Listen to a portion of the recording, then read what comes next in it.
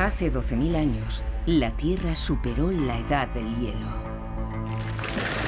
Desde entonces hemos dominado la naturaleza, hemos avanzado en tecnología y nos hemos multiplicado hasta formar ciudades, naciones e imperios. Los científicos se afanan en valorar el enorme impacto que hemos tenido en el planeta y han abierto una fascinante perspectiva sobre nuestro pasado.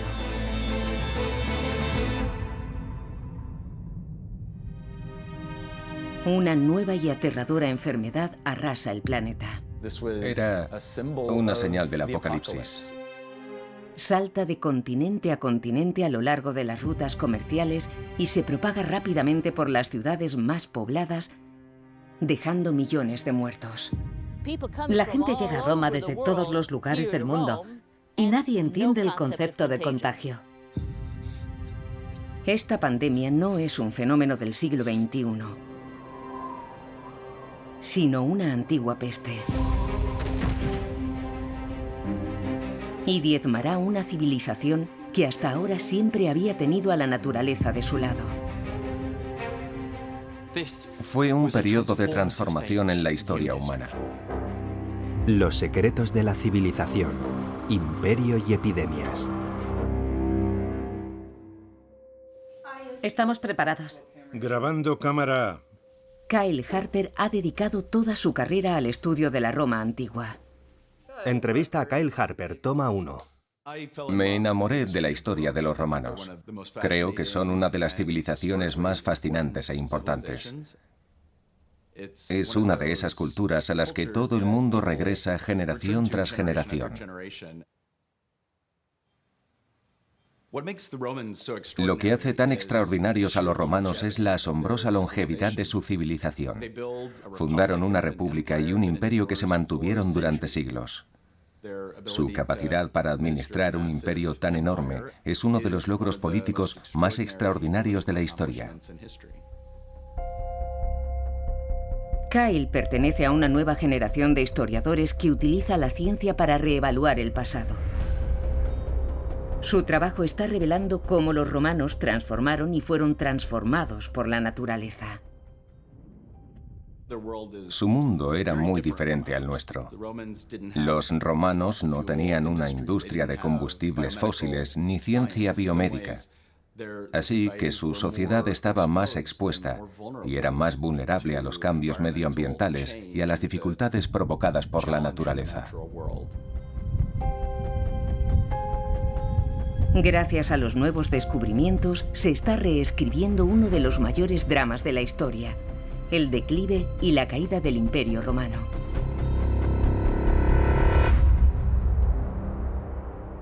Para los romanos que vivieron en el segundo siglo de nuestra era, la desaparición de su imperio parecía imposible.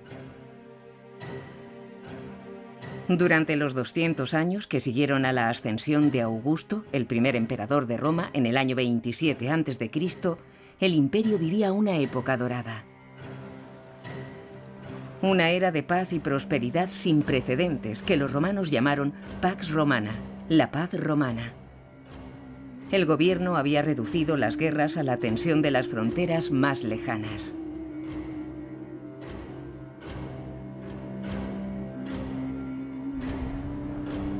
Estamos en el año 150 de nuestra era, pero una violenta costumbre romana seguía siendo popular en todo el imperio.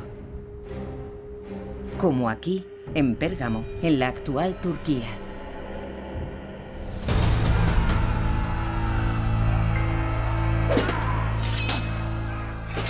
Un joven médico observa desde el lateral.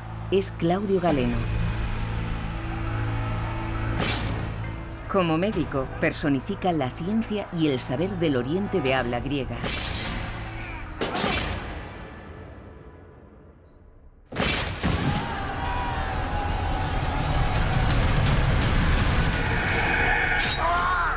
Pero está aprendiendo el oficio suturando las heridas de los gladiadores en un anfiteatro romano. Aquí, en la confluencia de dos mundos, Galeno es testigo de uno de los momentos decisivos en la historia del imperio. Los escritos de Galeno nos ofrecen una perspectiva de la vida y la muerte en Roma muy diferente a la que solo nos habla de guerras y emperadores. nos proporciona unas claves muy valiosas sobre el destino final de Roma y su imperio, a las que ahora podemos añadir los hallazgos de la ciencia moderna más vanguardista. En el siglo II, las fronteras del Imperio Romano abarcan desde Oriente Medio hasta el Océano Atlántico. Unos 70 millones de personas, quizá la cuarta parte de la población mundial, están bajo su dominio. Es un logro impresionante, incluso según los estándares actuales. La huella de Roma en el mundo no es solo la que vemos en los magníficos monumentos que siguen aún en pie. La encontramos en muchos lugares insospechados, como en Nevada.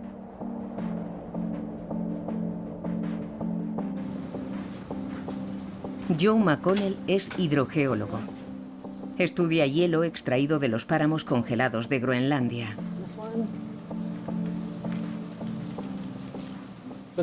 Esta muestra de hielo se extrajo a 1.328 metros de profundidad. Son muestras longitudinales cortadas de un cilindro de hielo de unos 12 centímetros de diámetro. Las cuchillas están ajustadas para cortarlo a 3,4 por 3,4 centímetros, que es el tamaño que necesitamos.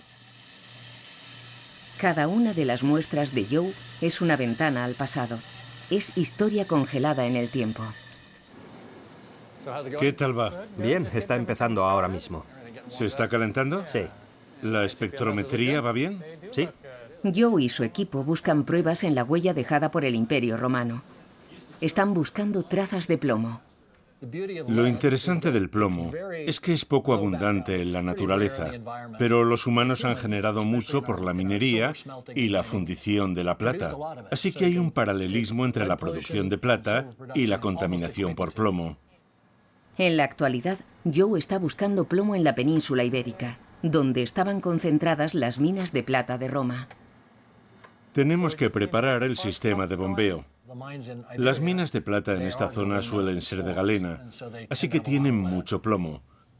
Por cada gramo de plata que producen, se generan unos 10.000 gramos de mineral de plomo. Una gran parte se liberaba en la atmósfera.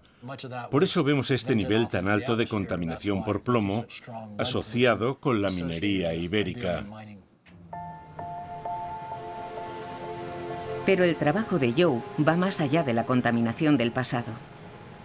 La plata española era fundamental para la acuñación de moneda romana y el incremento de su producción es un indicador del crecimiento económico.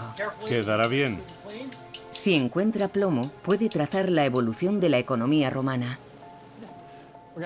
Primero lo colocamos en el soporte y cuando estemos preparados, dejaremos que la muestra de hielo caiga lentamente sobre la placa, donde se irá fundiendo para los análisis. Fijémonos en los últimos años de la República Romana, a partir del año 20 a.C. Es el momento en el que Octaviano se convirtió en emperador y Roma pasó de república a imperio. Y unos 12 años después, vemos un gran salto en la contaminación por plomo. Hablamos de un salto que multiplicó el nivel por 4 en solo una década. El análisis de Joe aporta pruebas científicas de un auge económico de varios siglos que se inscribe con precisión en los años de la Edad de Oro del Imperio Romano. Una época en la que Roma se expandió por todo el mundo. Hay muchísimo tráfico, comercio. La plata de Roma circulaba hasta la India y las mercancías llegaban al Mediterráneo a través de Egipto. La opulencia generada por el comercio era impresionante, a un nivel nunca visto anteriormente.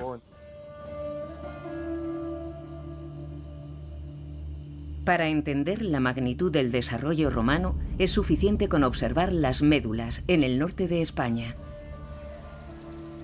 Un extraño paisaje de profundos barrancos e imponentes farallones. Este paisaje no ha sido creado por el trabajo paciente de la madre naturaleza, son las cicatrices de la minería romana para extraer otro metal precioso, el oro.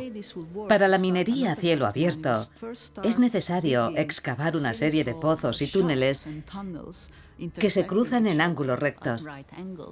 El objetivo es provocar el derrumbamiento de una parte de la montaña para dejar la mina expuesta.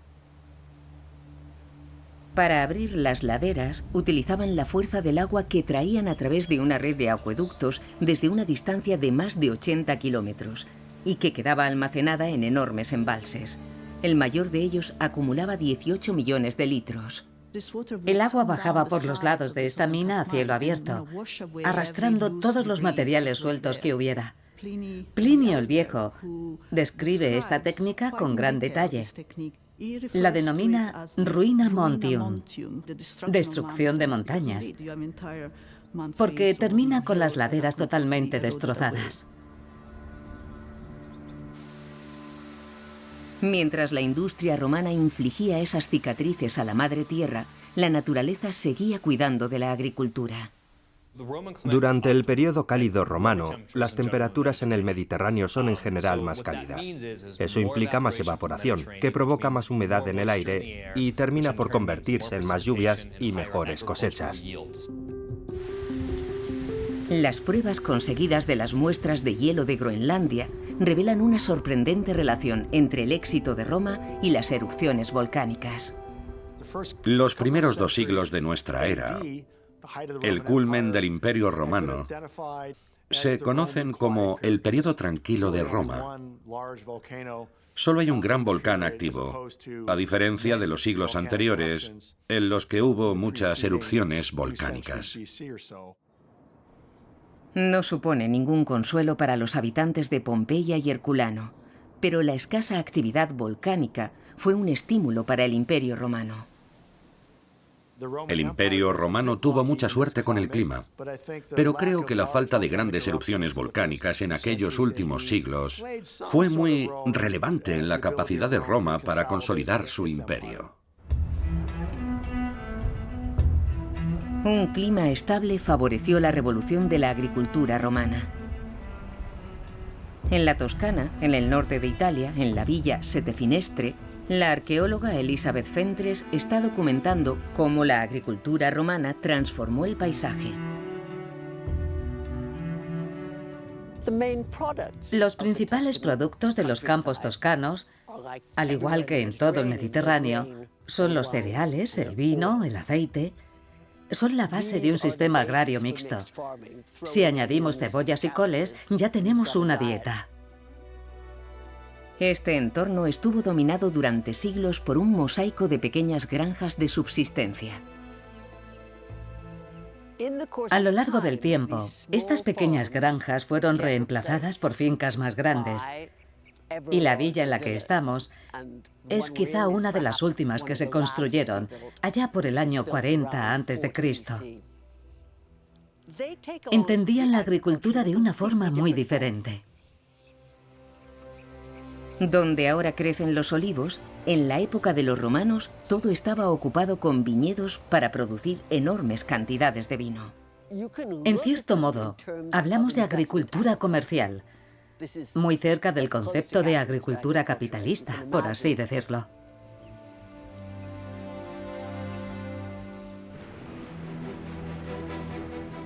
Cerca de aquí están los restos del puerto romano de Cosa.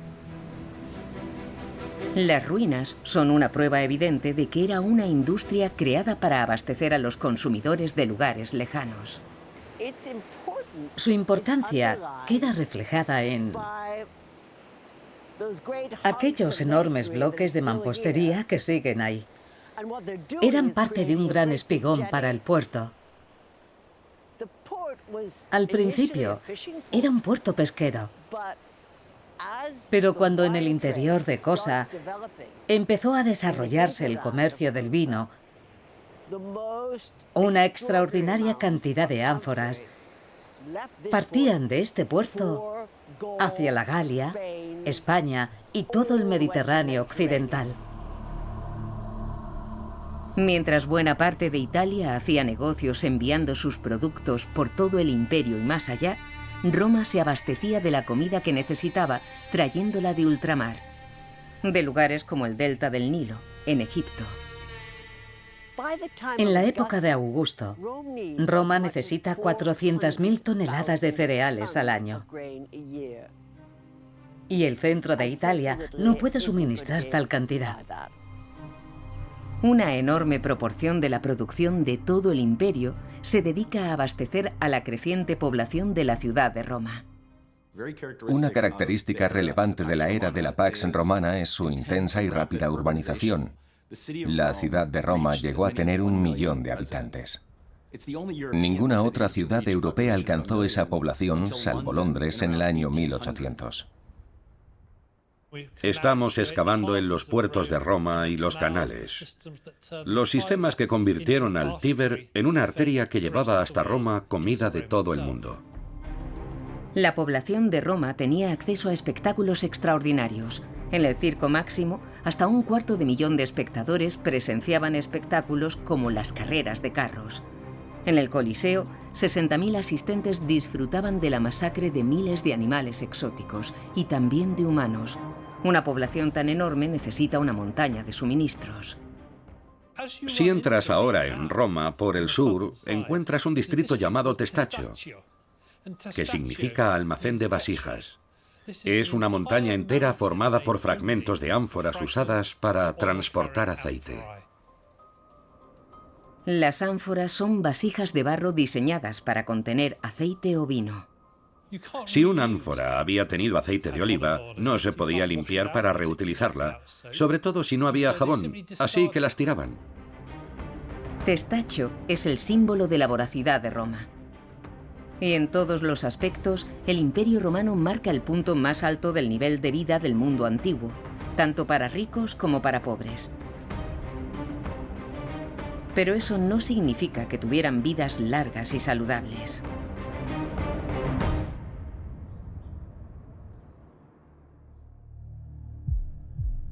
La esperanza media de vida en el mundo romano era de 30 años. Pero la realidad es que esa estadística está distorsionada por la elevada mortalidad infantil, que hace bajar la media de edad. De hecho, es muy probable que el 50% de los romanos que llegaran a adultos tuvieran una vida relativamente larga. Una buena ayuda está en los 2 siglos de Pax Romana, que reduce las principales causas de mortalidad en adultos, como las guerras y el hambre. Pero llegar a la vejez requiere sobrevivir a una amenaza constante, las enfermedades, que no dejan de agravarse por las mismas fuerzas en las que se basa el éxito de Roma.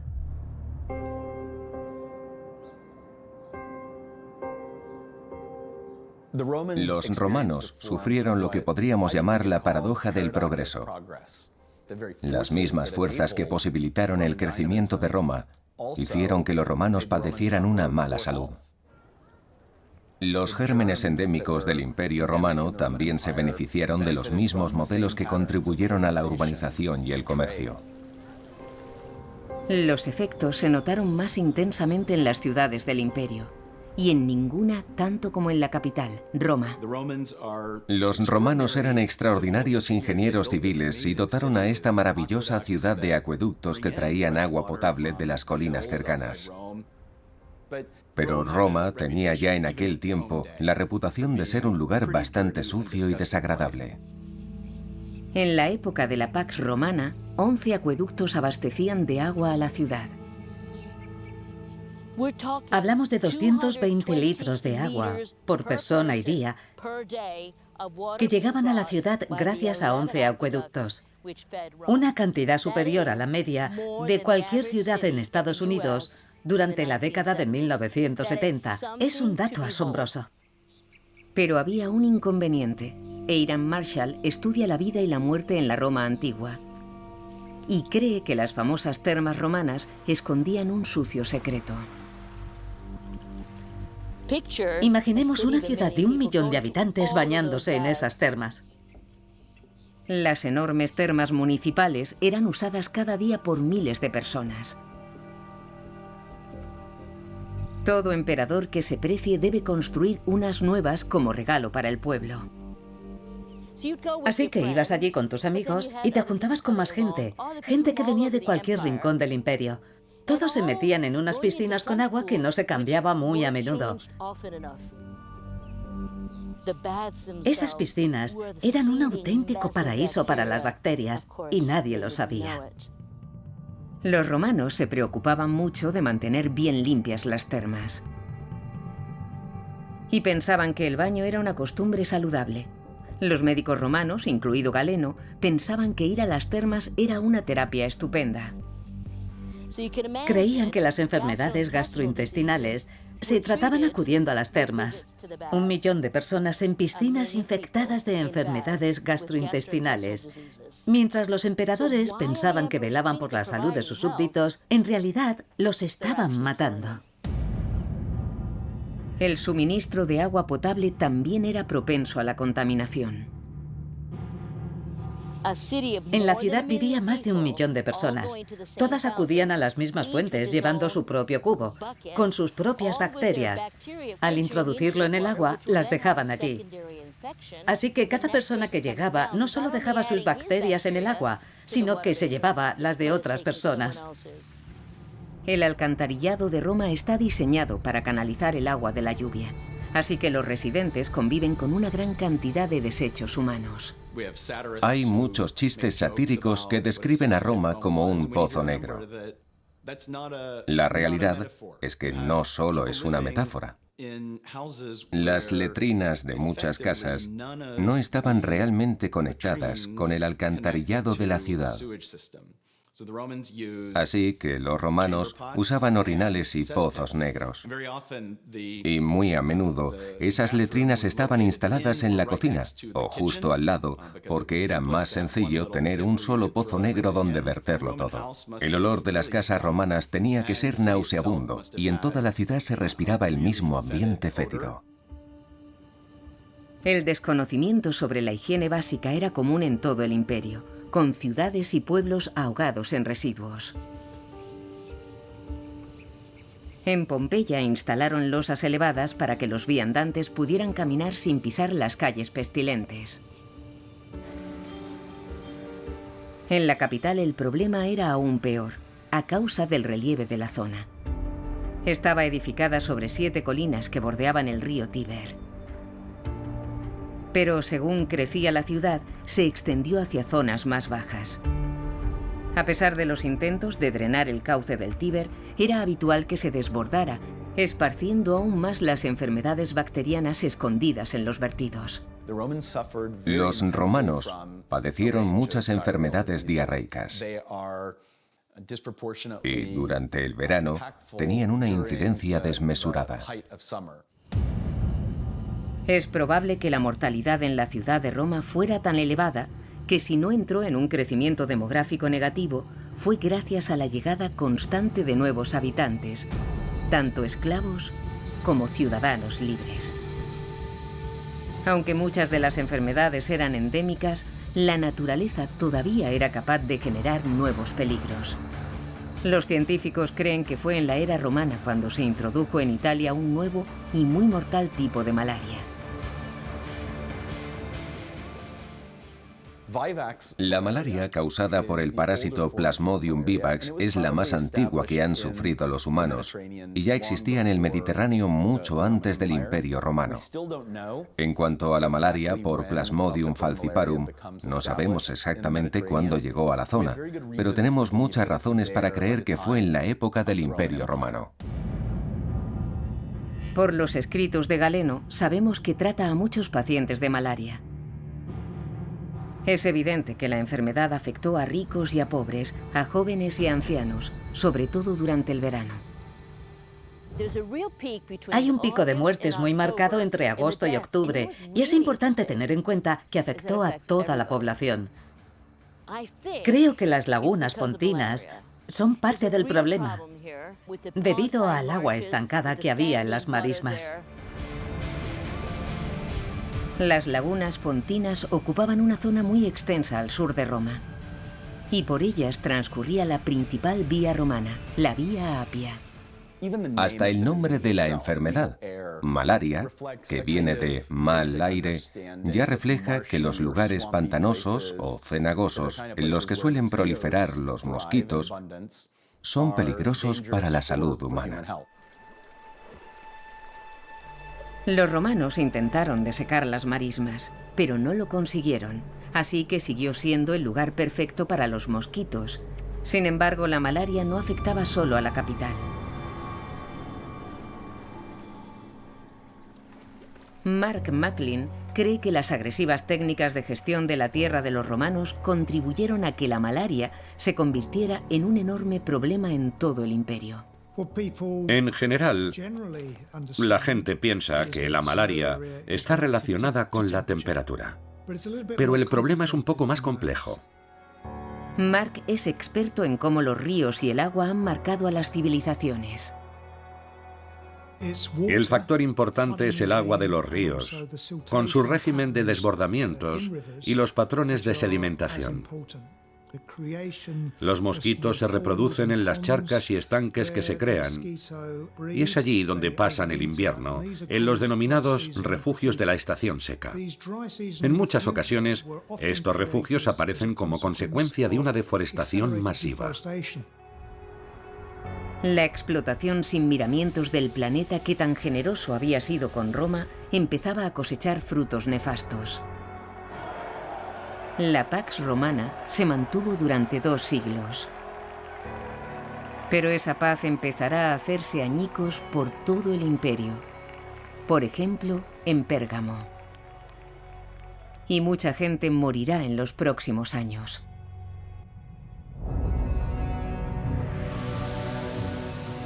En el segundo siglo de la era moderna, el imperio mediterráneo de Roma entra en contacto con el subcontinente indio e incluso con la China de la dinastía Han.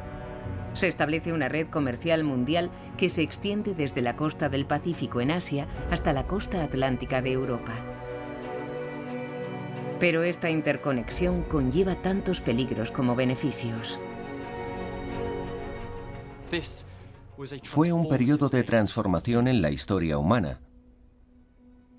La densidad de los asentamientos urbanos en este mundo tan interconectado ayuda a que las enfermedades se contagien de una persona a otra y luego de una ciudad a otra. La civilización llegó al punto en el que las pestes más destructivas se convirtieron en una amenaza. En el año 165 de la era moderna, comienzan a circular historias sobre una enfermedad tan nueva como aterradora. Se dice que la trajeron los soldados de las campañas en Oriente Próximo y se propagó rápidamente por todo el imperio, llegando incluso a las plazas de la frontera norte, donde Roma luchaba contra las tribus germánicas. Recibió el nombre de peste antonina, aludiendo a la dinastía de emperadores que ostentaba el poder en aquel momento. Y tenemos un testigo de primera mano, Claudio Galeno.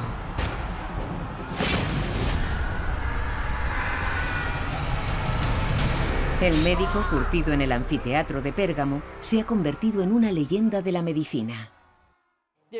En el mundo antiguo hay poca gente tan importante como Galeno. Ha viajado por todo el imperio asombrando a multitudes con sus proezas médicas, incluyendo una incipiente cirugía a corazón abierto e incluso ha estado en Roma. Es el autor de cientos de obras y dejó constancia de todo lo que presenció. Habla profusamente sobre ello en varias de sus obras. Fue el episodio médico más destacado de su larga e importante carrera. Comparada con las muertes que ha visto antes, provocadas por la malaria, la disentería y el tifus, esta peste es mucho más implacable y aterradora. Galeno nos proporciona algunas pistas sobre la respuesta médica a la pandemia. La realidad es que la mayoría de los fármacos que prescribe son totalmente ineficaces.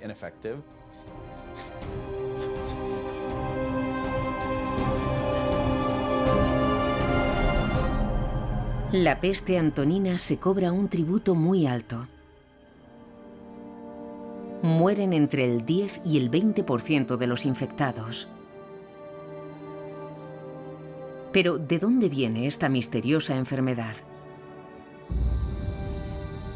Las primeras fuentes romanas apuntan al este, en concreto a Selecucia, una ciudad en la ribera del Tigris, en lo que actualmente es Irak. Es un mercado que canaliza las rutas comerciales de África y China hacia el Imperio Romano. Los romanos comercian con la gente del norte de Europa.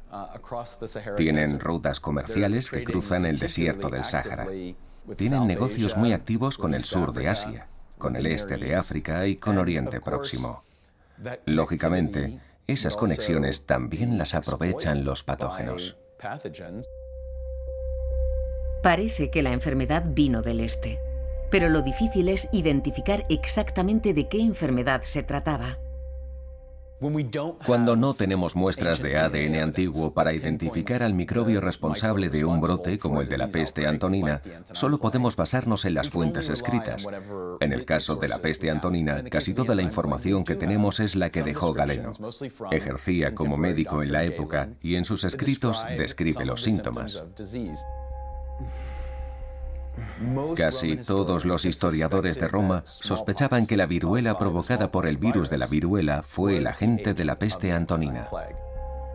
El virus de la viruela es uno de los principales asesinos de la historia humana y no se erradicó hasta la década de 1970 gracias a la vacunación masiva. El problema de culpar a la viruela de la peste antonina es que los científicos ni siquiera están seguros de que la variante actual de la viruela exista desde hace tanto tiempo. Es difícil que ya estuviera matando romanos hace 1800 años.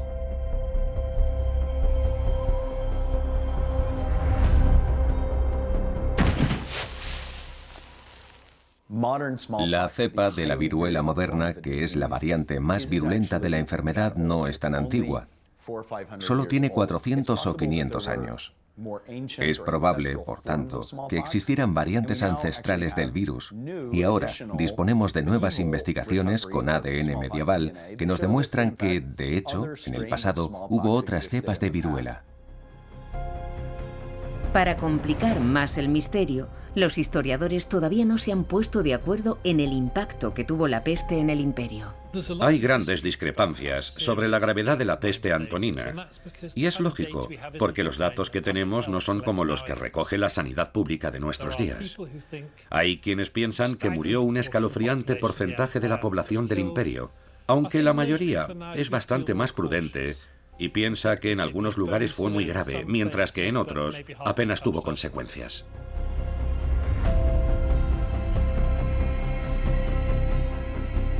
Sin embargo, aunque no tengamos la capacidad de contar a las víctimas, es posible que la ciencia nos dé algunas pistas sobre los efectos de la peste antonina en el Imperio Romano.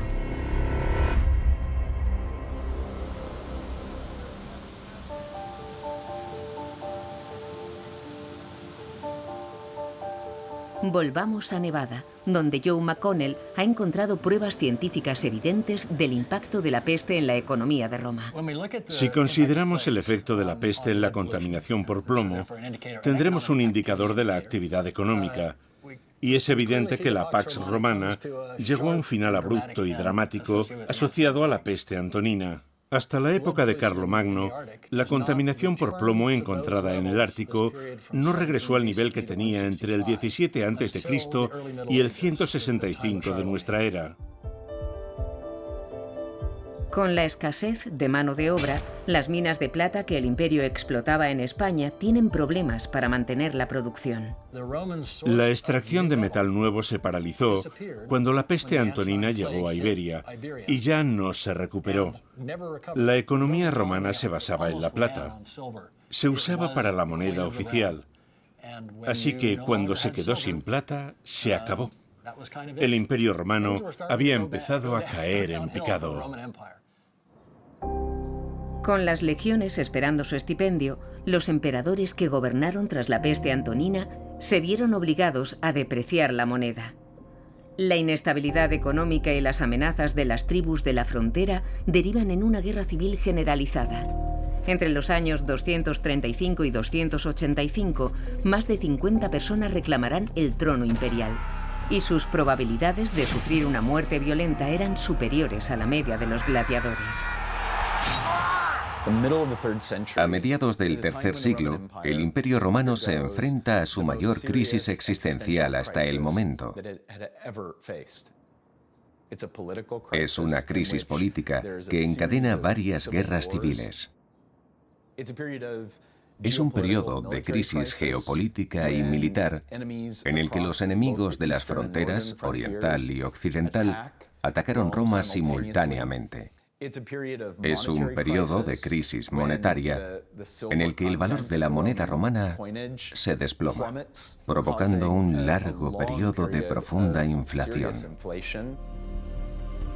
La Pax Romana empieza a ser un recuerdo lejano, y hasta la madre naturaleza parece volverse contra Roma.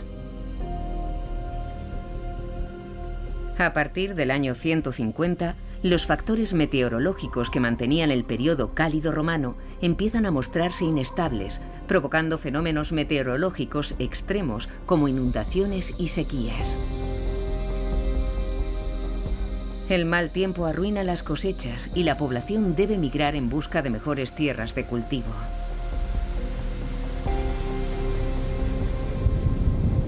Peste, guerra civil, invasiones del exterior, cosechas malogradas y ahora población desplazada por desesperación. El imperio que surgirá de este caos será simplemente irreconocible.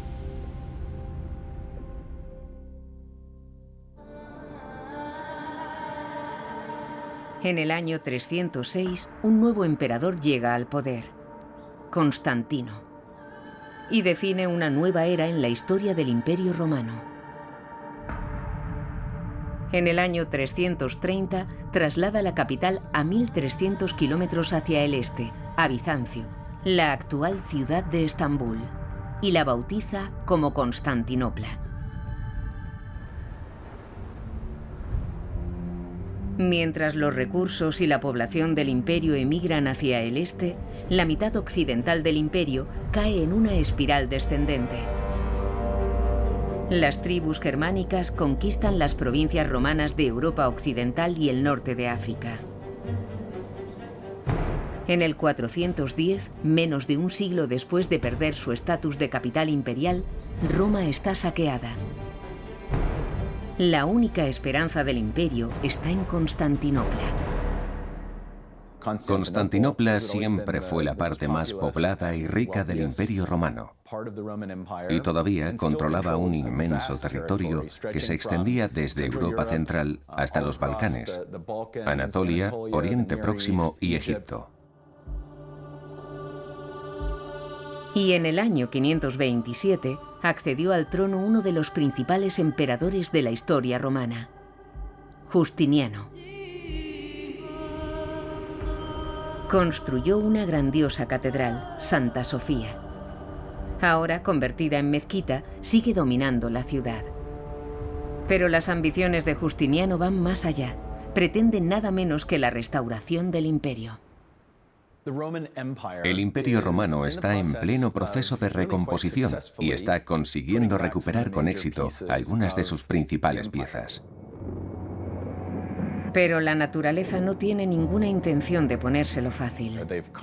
Había conquistado el norte de África, incorporándolo de nuevo al imperio, y estaba a punto de recuperar la península italiana cuando, de repente, en el año 541, se desata un brote de una nueva enfermedad. Comienza en Pelusio, una ciudad en la costa mediterránea de Egipto, y en un año se propaga por todo el Mediterráneo hasta llegar a la mismísima capital, Constantinopla. Un año más tarde, llega al Mediterráneo occidental y se extiende por toda Italia, Galia, España y, según pensamos ahora, llegó hasta Britania. El relato de los testigos oculares y de sus descripciones muestra claramente que era una enfermedad como ninguna otra que hubieran vivido. Y por el tono que utilizan, parecía apocalíptica. Han pasado 300 años desde Galeno, pero los romanos todavía no tienen una teoría sobre los gérmenes y no ven ningún valor en el mantenimiento de la salud pública. En una era anterior a los antibióticos, El 80% de los infectados moría. En Constantinopla, los supervivientes dejan relatos espeluznantes de lo que presencian. Nuestras fuentes hablan de cadáveres apilados que tenían que aplastar para hacer sitio a más cuerpos. Para los cristianos del momento era una señal del apocalipsis. De hecho, se basan en la Biblia, en el libro del Apocalipsis. Pensaban en los cuerpos aplastados de una forma literal, reventados como uvas en el lagar de la ira de Dios.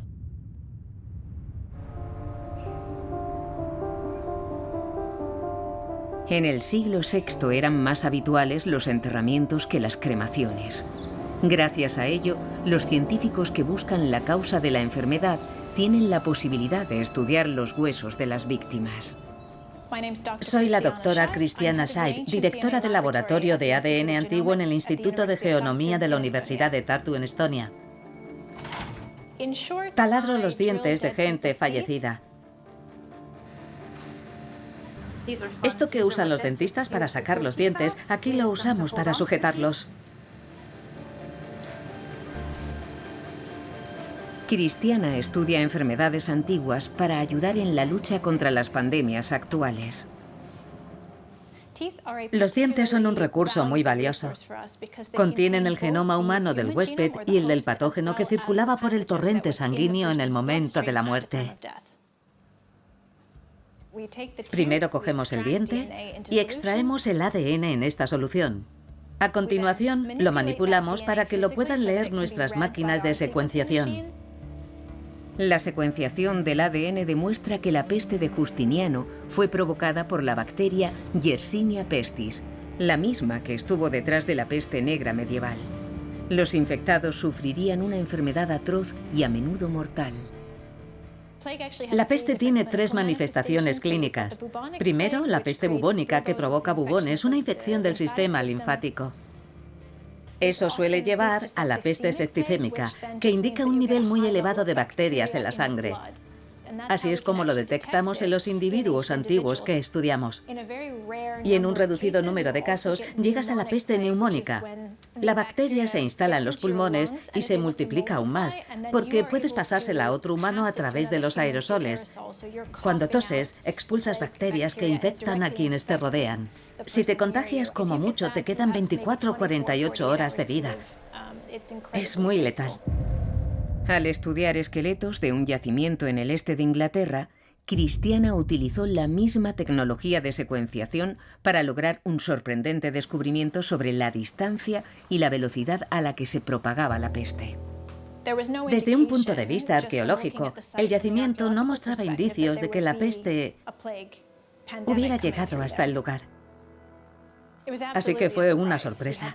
En uno de los individuos, un hombre joven, encontramos unos marcadores de peste muy claros. Fue la primera evidencia genética encontrada de Yersinia pestis en Inglaterra durante la primera pandemia, la peste de Justiniano, alrededor del año 541. El resultado del trabajo de Christiana provocó un gran revuelo. El lugar donde se encontró esta prueba de la peste es todo lo contrario de Constantinopla. Está en el lejano oeste, en el campo. Hablamos de una aldea perdida en la Inglaterra anglosajona, un asentamiento de 60 o 70 personas. El hecho de que la peste llegara hasta allí es un indicador muy relevante de que tenía la capacidad de extenderse por todas partes. Basándose en pruebas como las encontradas por Christiana, algunos expertos consideran que la peste de Justiniano fue la primera pandemia. Esto nos demuestra claramente que la pandemia se extendió muy rápidamente y muy lejos durante el primer año tras el brote. El patógeno se propagó muy rápidamente. Las pulgas son el agente transmisor más habitual. Suelen alimentarse de los roedores. Pero las pulgas de la peste se volvieron muy voraces y empezaron a buscar comida por todas partes. Las pulgas que solían beber la sangre de las ratas negras se desesperan y deciden que van a probar la sangre humana. Así es cuando los humanos se infectan con la peste bubónica.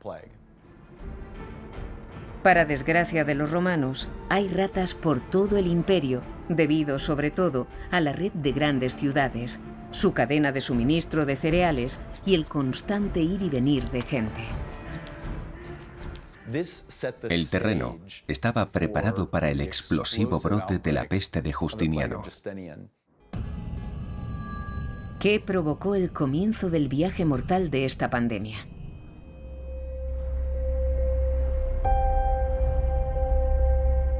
La peste de Justiniano arrasó Asia, Arabia y Europa, matando entre 30 y 50 millones de personas. Los nuevos descubrimientos científicos nos están revelando el verdadero desencadenante de la pandemia. Ulf Bunten es un experto en paleoclimatología de la Universidad de Cambridge.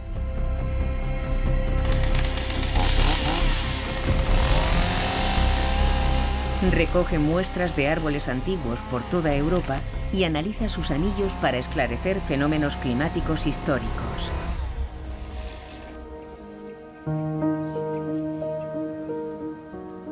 Ulf utiliza el microscopio para examinar los anillos a nivel molecular. Cree haber encontrado una correlación muy significativa entre ciertos episodios climáticos de la antigüedad y la aparición de la primera pandemia. Esta muestra es de los Alpes italianos. Es del límite superior del bosque, que tiene una elevación de 2.100 metros, y está extraída de un pino. Aquí vemos un anillo completo. La parte más clara del anillo se forma al principio del periodo vegetativo y sigue hasta el final, a finales del verano o principios del otoño. La separación es muy evidente. Madera temprana, madera tardía, y ahí termina el periodo de crecimiento. Pero en el transcurso de los primeros años de la década de 530, Ulf encuentra un cambio drástico. Al llegar al año 536, falta la banda más oscura, la correspondiente a la madera tardía. Esto indicaría que el verano y el otoño fueron extremadamente fríos, y el árbol sufrió tanto que no pudo generar la madera tardía. Al año siguiente, en el 537, vemos un anillo muy estrecho, que nos indica un comienzo de temporada muy frío. La etapa vegetativa se redujo drásticamente.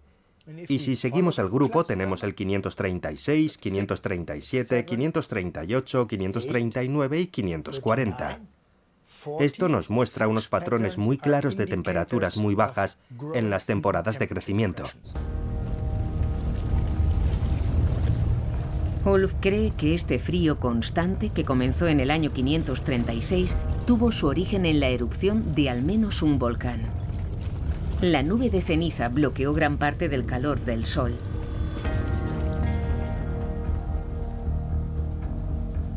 Los científicos todavía tienen que identificar dónde sucedió dicha erupción, pero el periodo de enfriamiento fue extremo. Ulf lo denomina la pequeña edad de hielo de la antigüedad tardía y cree que este fenómeno climático está relacionado con el brote de peste. El huésped habitual de la Yersinia pestis es el gerbo, que es un animal silvestre. El gerbo actúa como portador y la pulga como vector de transmisión. Los gerbos generalmente viven lejos de las ratas y de los humanos, pero para sobrevivir al frío es posible que salieran de sus madrigueras y se acercaran a las poblaciones de ratas y de humanos.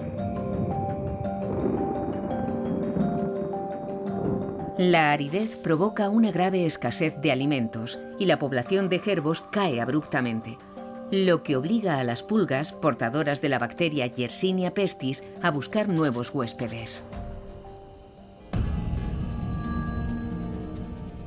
Entre esos nuevos huéspedes están los humanos, y la peste de Justiniano siembra el caos en el mundo antiguo. Uno de los rasgos más peculiares de la peste es que no se manifiesta en un brote con principio y final, sino que se asienta y reaparece cada 10 o 15 años. La enfermedad persiguió a estas sociedades durante todo el periodo de transición entre el Imperio Romano y la Edad Media. La historia de la primera pandemia no supuso el final del Imperio Romano. Constantinopla seguiría siendo una potencia importante hasta el siglo XV. Pero el sueño de recuperar aquellos días de gloria de Roma en Occidente se diluyeron por completo. La civilización ha dado un paso atrás que tendrá consecuencias durante siglos. El poder se aleja de los centros urbanos y se instala en el mundo rural. La gran mayoría de las redes comerciales de larga distancia se marchitan y mueren.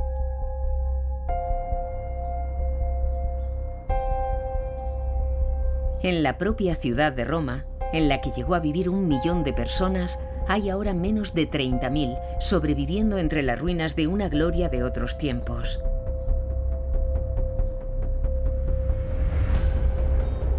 Para Kyle Harper, la colaboración entre historiadores, arqueólogos y científicos es vital para entender la antigua Roma. Creo que hay una mayor amplitud de miras. Somos conscientes de que se puede trabajar en equipo, de que podemos comprender mejor la historia humana asociándonos con personas que aportan nuevos puntos de vista. Así es como funciona el progreso, no teniendo miedo de asumir riesgos. Y si aunamos diferentes ámbitos de conocimiento, nos haremos preguntas que, sinceramente, nunca nos hubiéramos planteado. Mientras los historiadores siguen debatiendo sobre la causa exacta del colapso de la primera potencia mundial, lo que está fuera de toda duda es que la ciencia está transformando nuestra comprensión de ese momento tan crítico de nuestra historia. Los bárbaros, la dinámica social, los retos de la política fiscal, los retos dinásticos. Todavía tenemos que estudiar esos aspectos tan humanos, pero no podemos entender la historia sin conceder al medio ambiente su importancia en la historia humana.